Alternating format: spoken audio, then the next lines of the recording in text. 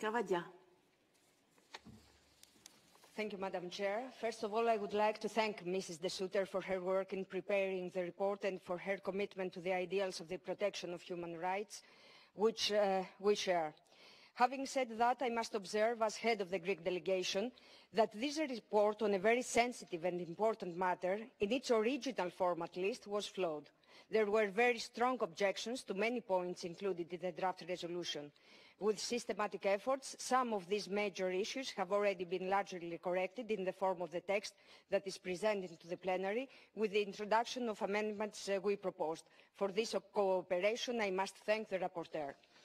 However, many more points in the draft resolution still need to be amended, corrected and updated. It is a matter of truth and justice, but also of great political symbolism for this Assembly, to always note that any delay or problem concerning the enjoyment of the rights of asylum seekers recognized by Greek and international law is primarily due to the fact that the reception and protection mechanism in Greece remain under enormous pressure despite the efforts of the Hellenic Republic. This is the result of sudden and, in some cases, unpredictable spikes in migratory and refugee flows, and has the effect of burdening the state mechanism in its capacity to absorb additional flows, in particular by transferring as many vulnerable people as possible to the mainland.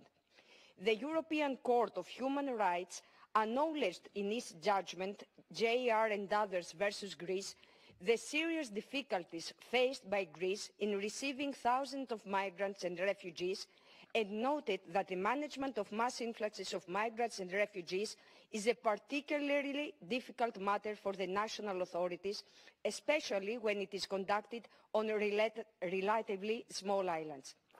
Greece's efforts, especially under the current government and parliamentary majority, are in line with its obligation under international and European law, as well as the European Convention on Human Rights.